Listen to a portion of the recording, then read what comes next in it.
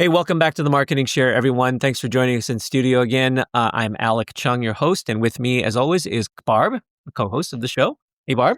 Hey, Alec. Guess what? We're doing a part deux this time, right? Part Yeah, two. we are. Right. Because our guest was so fascinating and had so many great nuggets of insight and information. I think we have to bring him back, right? Yeah. And we're talking about Alan Gonsenhauser, who, if you listen to the previous episode, we had a lot of material that we covered with him. And so we decided, I think this might actually be worthy of two different episodes. So we're back with Alan again for, as you said, a part two. And what are we talking about with Alan on this second half? Hey, recall, Alan is 11-time CMO, right? Yes. So he's got great experience, and he has coached over 150 CMOs in the business, and he's the CEO of Demand Revenue. Okay, so Yep. he's done a lot of work in the area of private equity and advisory CMO work, and really parachuting into these companies to really help them understand what growth gaps they might have and how they can right a ship if they need to. So he's going to give us some great insight. And today, we're actually going to focus on some of the areas around what makes for a great CMO and what are some of the things that some CMOs might be missing in the areas of alignment, in the areas of, working with your CFO in a more proactive way, and really kind of looking at the infrastructure of your whole business and acting like more of an owner of the business than just a marketing lead. Yeah, absolutely. And this comes from his experience coaching, over 150 CMOs. So he's got a lot of perspective to bring on this. And so I think there's some really, really great stuff in here. I think And on this one, he's going to touch on how CMOs can become indispensable in the organization. Yep. That's a must win. All right. Let's go back and resync up with Alan.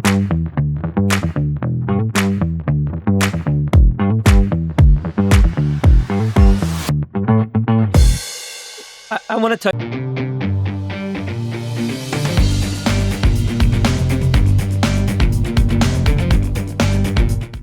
something that you mentioned, because I think this will be good for our listeners, a lot of whom are leading for the first time, whether as just an overall market leader or maybe stepping into the CMO role. What is the, when you coach, right?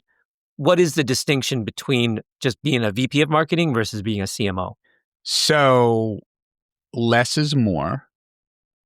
Make sure you understand your three big priorities that will move the needle.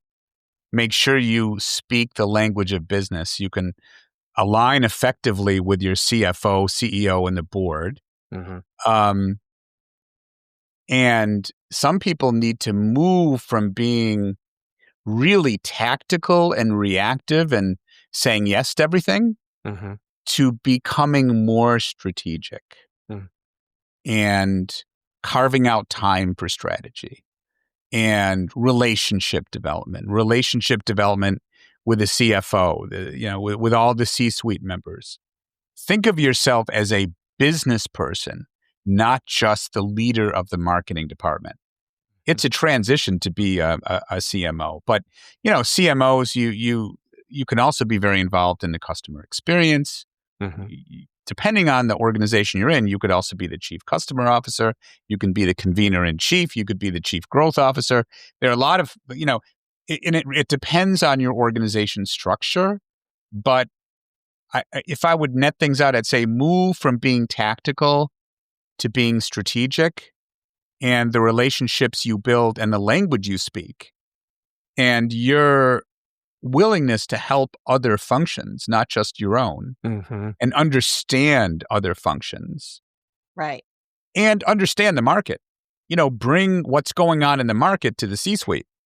You should be the person who does that, tells people what's going on with the market, the industry you're in, the tailwinds, the headwinds, all of those things, the voice of the customer. You should be someone, and spend a lot of time with customers. Understand what your customers need, what they want, what they don't want. If you have a churn issue, get involved in that. Get involved in fixing that. Even if it's not, part of the marketing remit, it's really important because you can't drive growth if you have churn. And if you don't understand your ideal customer profile and have governance around that so you know what to say no to. Mm-hmm. Yeah. I've always felt like the marketing lead or the CMO, if you will, almost sits outside the suite a bit, like almost above the business to be the lens by which your positioning works in the marketplace, Yep. be the lens by which the communication is coming in and out of the organization, and be that owner of positioning, marketing speak, the customer perspective. I almost feel like they sit above a little bit outside of their own discipline a bit. Yeah, I mean, and CMO should probably coordinate the process for repositioning. But the position of the company and the meaningful point of difference and all that is the CEO's responsibility. And when you reposition the company, it's really important to involve the entire C-suite. So everybody's bought in on it. And you want to sell the problem, not the product, as Bob Wright would say from Firebrick. Yeah. Find out the problem, find out what the pivot points are in the industry and find out what only you can do or only you can do well with that problem versus, doing product selfies Right. and features and benefits, which people don't care about. Let's go a little bit more on that CFO conversation. Let's step into. So I think you're giving us a little bit of insight on how to be more effective as a CMO talking to the CFO. Yeah.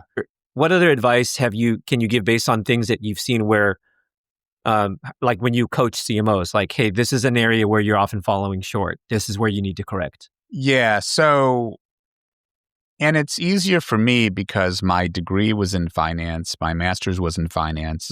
I've taught marketing/finance courses, graduate courses at local university, helping marketing people communicate to CFOs and CEOs. Mm-hmm.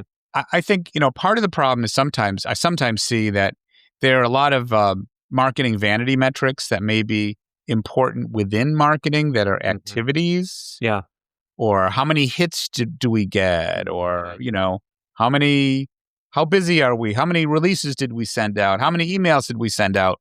CFOs and CEOs couldn't care less about that. They don't care about activities. Right. They care about outputs.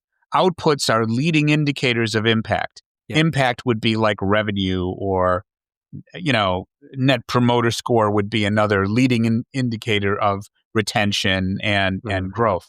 So it's learning how to speak business language. I think it's incumbent upon CMOs to understand your financial statements and how you make profit, what your gross margins are, what the difference is between a profitable deal and an unprofitable deal. Understand things like lifetime value versus customer acquisition cost. So if the cost to acquire customers is pretty high, you can either justify that or not justify that based on not only payback, but what your lifetime value is. There's a difference in looking at profitability with short-term investments versus long-term investments. When it's long-term investments and you're looking over a period of years, that's like doing a net present value where you look at cash flows. So beginning to understand some of those basics of finance would be really helpful, is really helpful for CMOs, and I often help them through that. Yeah. So I'm hearing no activity, impact is what we want to focus on for sure. Outputs and then impact. And then also readiness. What do I need to be successful? What are the investments I need in marketing so I can be more successful? But the activity metrics should stay within marketing, should not go beyond marketing. Right. Alan, I don't know how many times you've heard this, but I've heard it a lot of times. If you had X million more, what would we expect, right? Because sometimes they ask you the top line question, right? What if I add more to this investment? Or what would you do with it? So I ask CMOs, be ready for that one. Because I don't know that I've ever not gotten asked that. So I think there are two things. One is if you have a really good understanding of where the low-hanging fruit is and which segments not only have great external capabilities, market growth, tailwinds, people are spending money, and you're internally set up to be successful in that segment, go invest there, But if it's something where it's great market, but you're not ready to be successful, fix those things before you invest. Or if the, so it's understanding where the low hanging fruit is of your segments and your ideal customer profile. Mm. And also it's being transparent. One way to answer that question is I think we should here. We've got the numbers and we've got the stats to know if we, bring on more clients in our ideal customer profile, we'll be able to keep them and grow them. If you don't have that, the best thing is to say, can't do it now or can't do it yet. Mhm. Not sure we'll get the juice is worth the squeeze or, Right. it's best to be transparent. It's also best to be transparent about where you can cut money instead of Mhm. waiting for, your budget to get cut. Be a general manager, be a business manager, not just the marketing manager. That's the Like the difference owner. between being a VP and being a CMO. That's a good one. You Yep. have to think that way. I like that. Okay, let's switch gears again and switch to another topic. A lot of times you get hired into a marketing position, and so your first job is to assess what's going on. And so, you're going to do this a lot, especially as an interim or a fractional Yeah. CMO. So give us a little bit of guidance and, advice on how do you approach that? What do you look for when you're first parachuting in? So don't come in like a ton of bricks.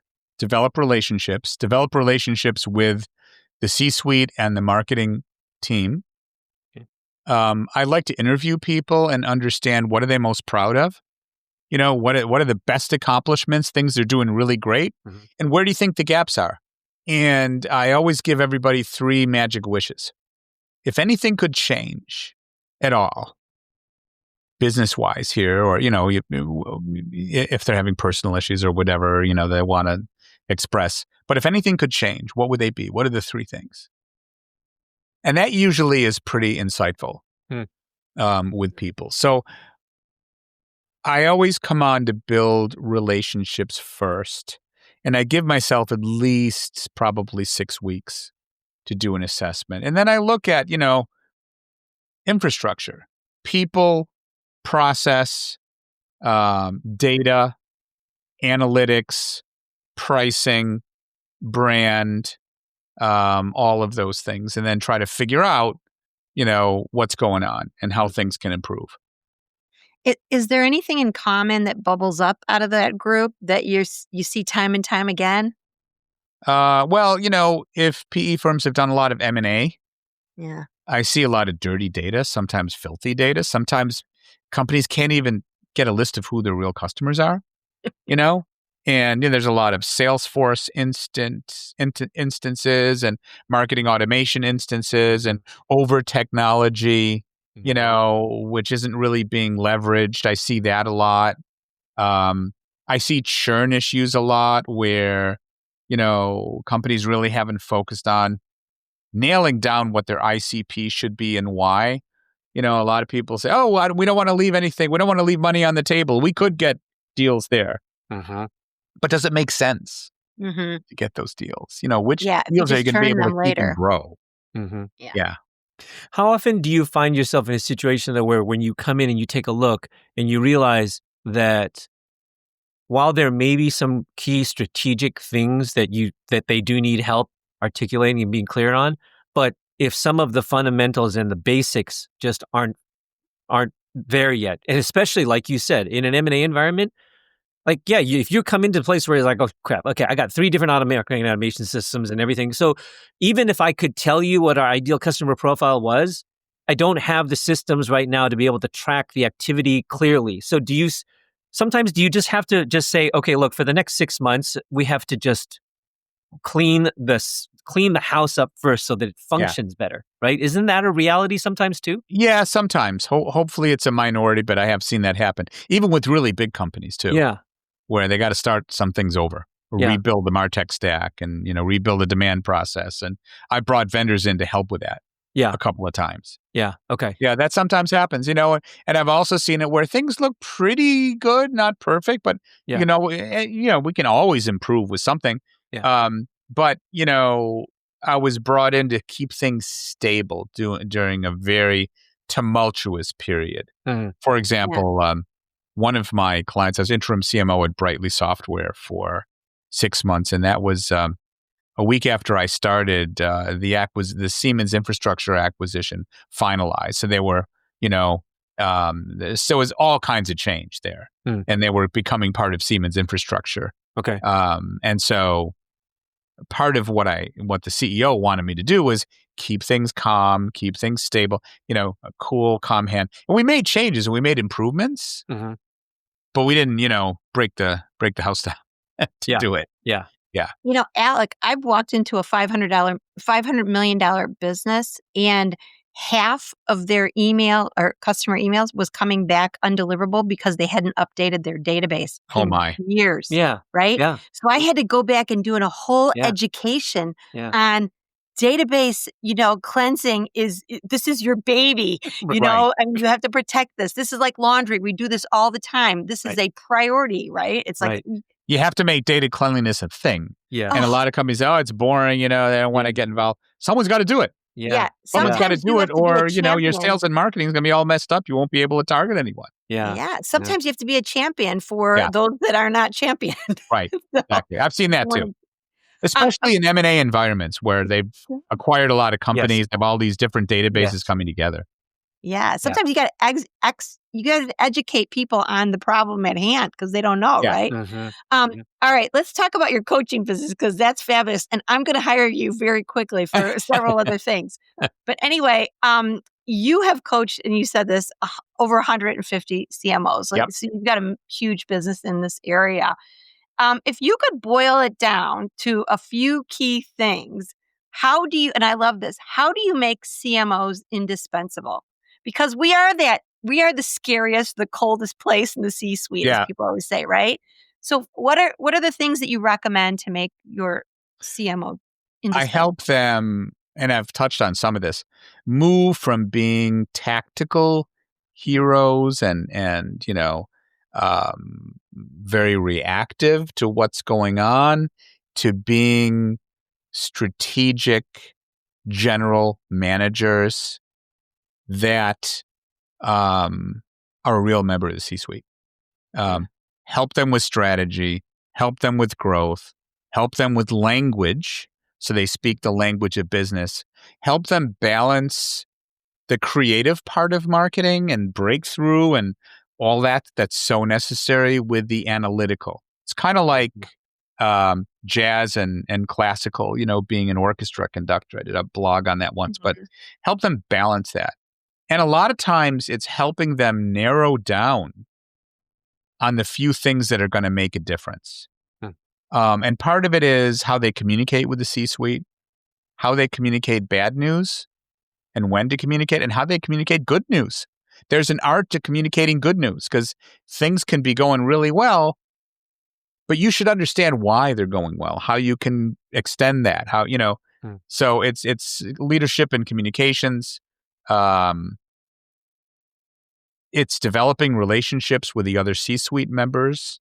I've blogged about a lot of these things on my website, Demand Revenue.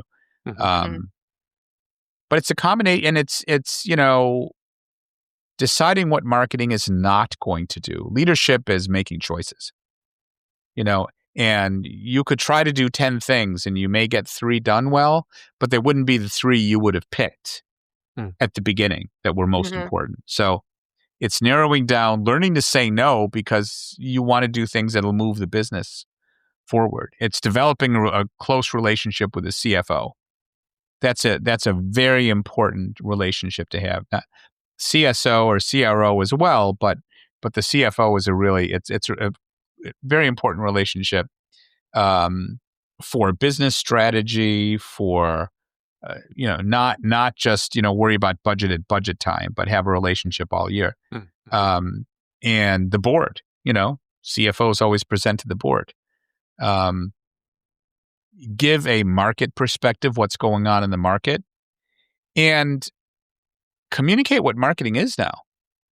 It's not just a coin-operated demand engine. I mean, when you have QBRs, I usually tell them to split the QBRs into 5 areas.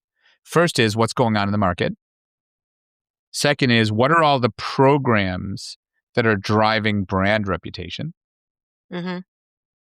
Third is what are all the demand programs, both new logos and existing customers.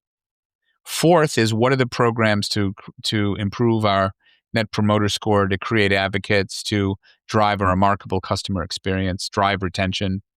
And fifth, what are the programs to make sales and customer success more productive? What are all the things we're doing there to increase deal size, to improve win-loss ratio, to give them the tools, the campaigns, of the fewer, bigger campaigns to help drive revenue.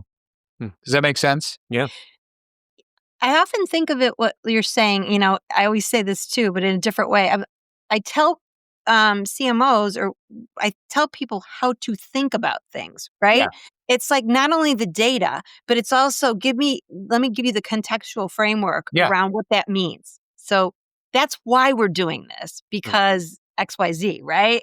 That's important. Absolutely. Hey, Alan, thanks. We're coming up on the end of our time, and so we covered a lot of ground. Maybe the last thing real quickly to touch on, we talked about it a little bit already, but let me ask it this way. Yeah. AI is such a changing, is such a huge dynamic in our industry. So how are you coaching CMOs right now when it comes to AI? What are you telling, your mentees? Pick your poison. Just pick a couple things. Don't try to do everything. There's hundreds of apps out there. Find 3 you really want to learn. Yeah. Give your people the training and the resources they need. And Latney had a good analogy on this. What people have been doing up to now is creating a lot of breadcrumbs. They do this process and that process, but you want to, from a strategic standpoint, put all those breadcrumbs into a cake and make them work together. So think about how you're going to align things, but understand that it's still pretty new. It's very disruptive. So give your organization time to figure it out. And don't just think of AI as a way to cut staff. Some people are thinking that, but as a way to make your people more productive and get ahead. Use AI to help you with signals and to summarize what happened in the past, but don't let AI serve as your strategy, because everybody's using the same LLMs. If you do that, your competitors are going to know your strategy before you do and beat you to market. So, you need humans and people to think differently. And hire divergent thinkers. Hire people that may not be as much of a fit in the culture, but question why things are the way they are. Why do we do it this way? Why do we do it that way? Why can't, you want to hire those kinds of people that'll help you progress with disruptive thinking, kind of like what Branson was saying. Bring me ideas that would get you fired. It's a good way to frame it. That's really great leadership. Telling his people that, give people the psychological room to fail and to try things and to learn. Because that's kind of where we are. I would say, it's okay if you don't know, but let's explore a little bit and let's see what you learned. Even if sometimes you learned that it didn't work this way, but what did you learn out of it, right? Yeah. Alan, this was amazing speaking to you. We really appreciate the time you've taken. My pleasure. How do people I know you've got such great content out on online and so forth, but tell people how to get a hold of you for either coaching or for interim advisory CMO work. Well, since no one can spell my name, and my email is pretty simple: ag@demandrevenue.com. Just how it sounds. So my website is Demand Revenue, and you can find me there. You can set up a meeting or whatever you like. And it's been a pleasure visiting with you and going through. Thank you for inviting me. Thank you for being on. From now, I'm going to call you AG. So that's fine. Yeah. I've been called worse. Okay.